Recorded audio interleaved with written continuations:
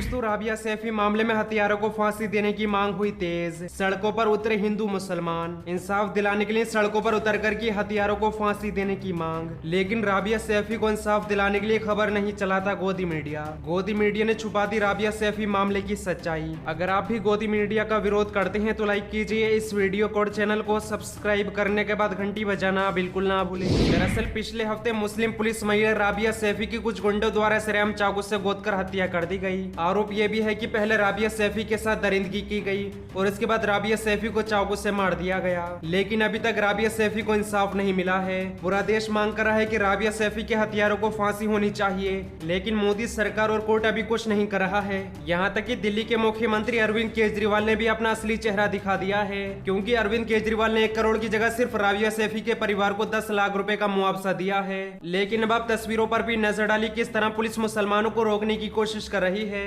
लेकिन मुसलमान सड़कों पर उतरकर राबिया सैफी के लिए इंसाफ की मांग कर रहे हैं और हत्यारों को फांसी देने की मांग कर रहे हैं। राबिया के हत्यारों को फांसी दो, फांसी दो। राबिया के हत्यारों को फांसी दो, फांसी दो। राबिया के हत्यारों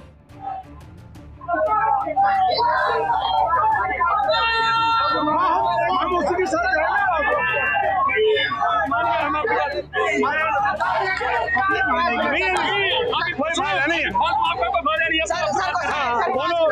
क्या बात तुम्हारा नहीं है?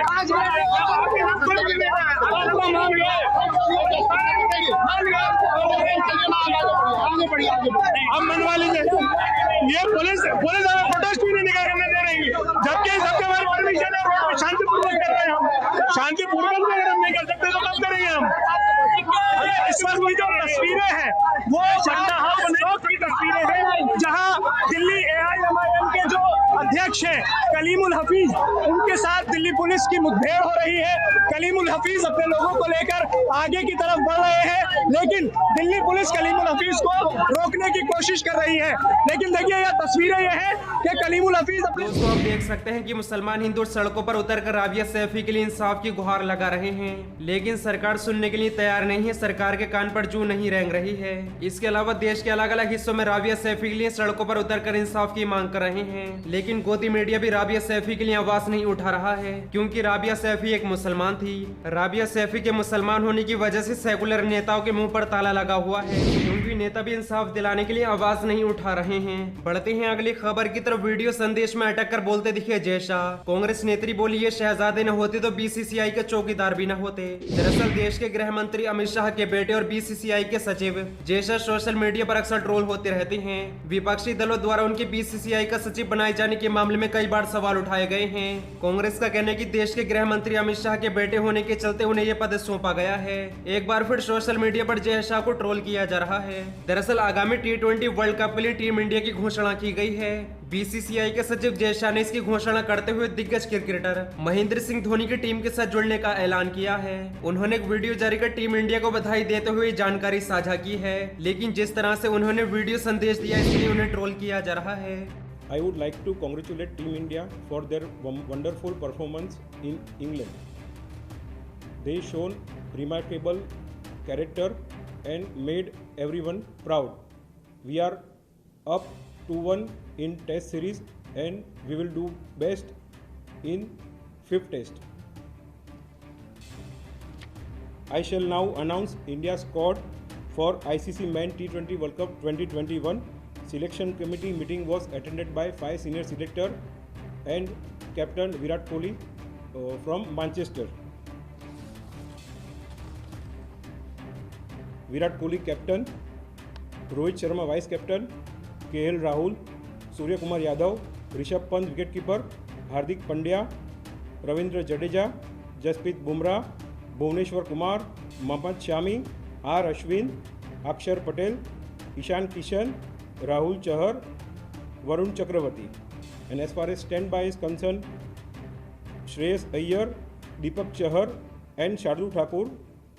दरअसल वीडियो में साफ तौर पर देखा जा सकता है कि जय शाह हर वाक्य को अटा कर और काफी सावधानी से बोल रहे हैं। वीडियो में देखकर अंदाजा लगाया जा सकता है कि जैसे उनके सामने टेलीफॉर्मेटर को रखा गया हो और वे बस पढ़कर जानकारी दे रहे हों। इस मामले में कांग्रेस नेता डॉक्टर रागिनी नायक ने BCCI सचिव जय शाह की चुटकी दी है उन्होंने ट्वीट में उनकी वीडियो को शेयर करते हुए लिखा कि यह है दुनिया के सबसे अमीर और सशक्त क्रिकेट बोर्ड बीसीसीआई के सचिव जय शाह। आप ही बताइए कि अगर ये अमित शाह के शहजादे न होते तो बीसीसीआई के चौकीदार भी नियुक्त हो पाते। इसके अलावा कई कांग्रेस नेताओं ने भी इस पर चुटकी लेते हुए मजेदार प्रतिक्रिया दी है। कांग्रेस नेता श्रीनिवास बीवी ने कहा कि ऐसा लगता है कि जैसे अंत में जय शाह फुल स्टॉप पढ़ना भूल गए हैं। कांग्रेस नेताओं के साथ साथ वरिष्ठ वकील प्रशांत भूषण ने भी इस पर प्रतिक्रिया दी है। उन्होंने कहा कि नाम है जय शाह और बीसीसीआई के बॉस हैं। हाँ, भाजपा ने तो वंशवाद और न ही बीसीसीआई में कोई राजनीतिक हस्तक्षेप है। बढ़ते हैं अगली खबर की तरफ। नरेंद्र मोदी और अमित शाह ने गलत जगह पंगा ले लिया, सिखा देंगे सबक, बोले किसान नेता राकेश टिकैत। कहा हमारा इतिहास लड़ते रहने का है। दरअसल भारतीय किसान यूनियन के नेता राकेश टिकैत की अगुवाई में किसानों ने हरियाणा के करनाल में अपना धरना जारी रखा है।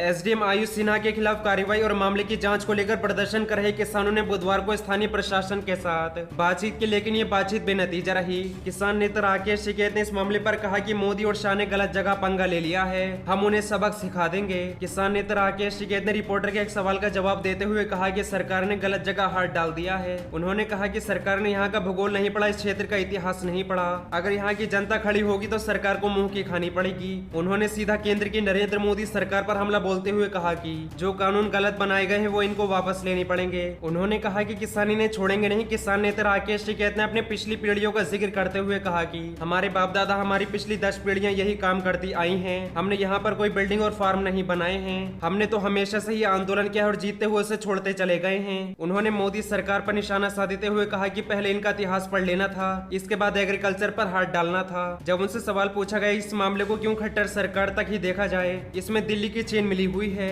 इसके जवाब में किसान नेता राकेश टिकैत ने कहा कि उनका लीडर अमित शाह है, वे जो कहते हैं वही होता है।